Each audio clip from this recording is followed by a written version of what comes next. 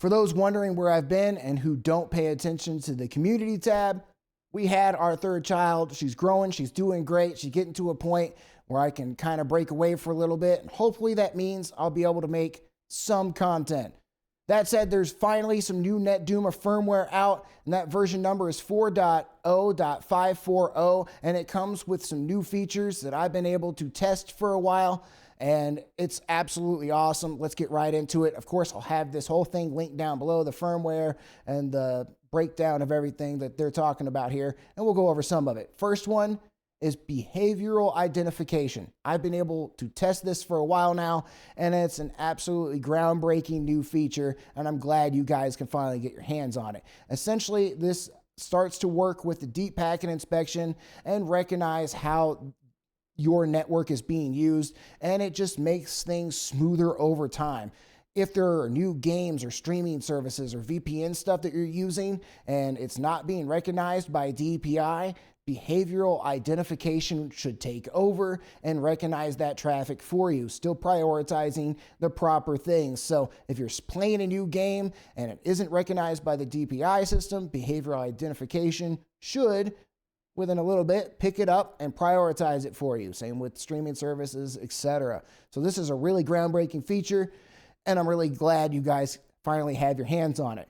For those who like to tinker, you can actually shut off deep packet inspection and just use BI. This is not recommended. This is just for those who like to tinker. However, if you do that, you may notice DPI sticking sometimes to some devices. And what I mean by that is you go into your section and you see all the breakdown of what DPI is doing. You see Call of Duty and Amazon and Netflix and whatever. Well, there may be some devices where it's like your Netflix device may still say Netflix. And in that case, you just turn that device off for a few minutes and turn it back on.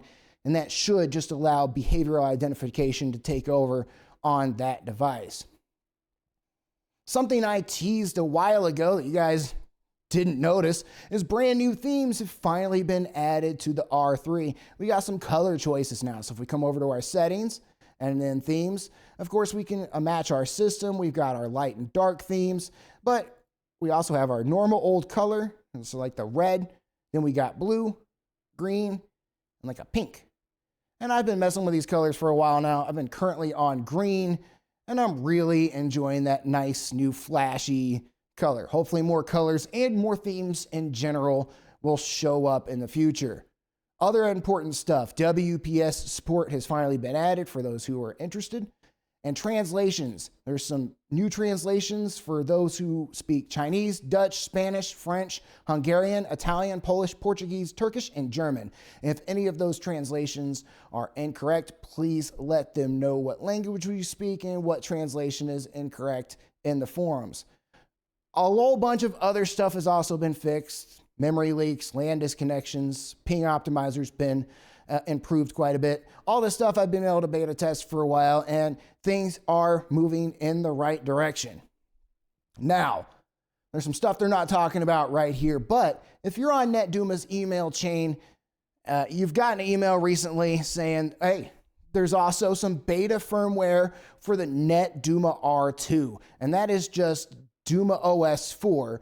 And it's not going to have all the new bells and whistles, such as behavioral identification and such, on that firmware. And it shouldn't ever. They may move some things over like themes. They could, and they might. Kind of doubt it, but they might.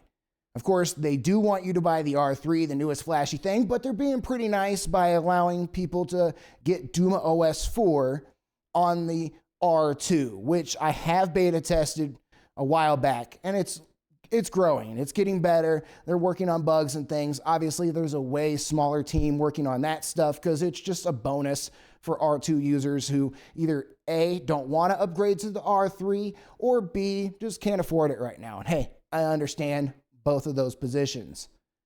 Now, other than that, there's some new stuff coming in 2025 that they've talked about in this email that's not public knowledge publicly. They're not shouting it from the rooftops yet, but they should be. And this first one is huge. I've been able to beta test it for a while, and it's called Adaptive Congestion Control. And these are their words. This breakthrough feature eliminates queuing in both directions, effectively eradicating latency when your network is busy, with none of the downsides of bandwidth or packet loss. All right, so that was what they said about it. I've been fortunate enough to be able to beta test it for a good while now. And basically what it does is allow you to have full bandwidth and no buffer bloat. That's the gist of it. You get all your speed, none of the buffer bloat. So you don't have to worry about coming in and being like, oh man, games aren't playing so good today. I need to come over here to ping optimizer and adjust my bars and blah, blah, blah, blah, blah.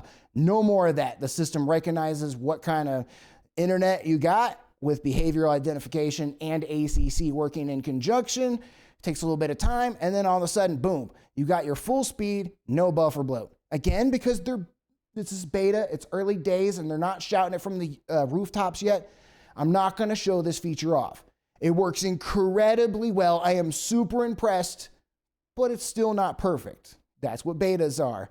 And so as it gets closer and closer and they start talking about it, I'll finally show you guys how this all works, but I cannot wait till it's publicly released, probably at the end of this year, hopefully maybe even sooner, but probably by the end of this year, as they're still working on stuff. So guys, it's a huge, huge game changer, not having to worry about it anymore. It is literally, you set it, you forget it, and games run mind-blowingly better, because you're not having to worry about it. It just adjusts itself depending on what your network is doing. It's fantastic. The next thing they have teased in this email is Insights, a powerful new NetDuma feature that will enhance your network analytics and help you troubleshoot some of your network stuff more easily. I don't know much about that. They're not, I don't know much about that, let's be honest. So I'm sure I'll get to hopefully beta test that at some point, and any of the stuff they're working on. Guys, they've been taking this feedback very seriously. They've been working really, really hard, and the stuff coming out this year it's looking really good, especially adaptive congestion control. So I, again, can't wait till you guys get your hands on that. If you haven't gotten this new firmware for the R3, I implore you to do so. One final note: if you go to update the firmware with the R3, depending on what firmware version you're running, how long you've been up and running, all these other variables, there could be some issues. So I wanted to point that out. If you go to update and your router has been up for days and days at this point, I would actually recommend going ahead and turning off your router for about 30 seconds or so, turn it back on, let it reboot, and then go in and do your firmware update. If that doesn't work, back out of it, you could get an error message or something, that's fine. If it doesn't go through, come up here to your top bar here next to your IP address, click on it, and you can go ahead and delete the cookies just for the R3, and then reboot the R3 one last time, and the firmware update should take hold. I ran into a trouble a few months ago where it wouldn't take a couple of times, and then I did those tricks and it worked. So sometimes the R3 can be a little bit funny, and as they're moving forward with more and more firmware, these things are getting panned out. All right, everybody, it's glad to be back. Hopefully I'll be able to put out more content soon. Until the next time, as always, take it easy.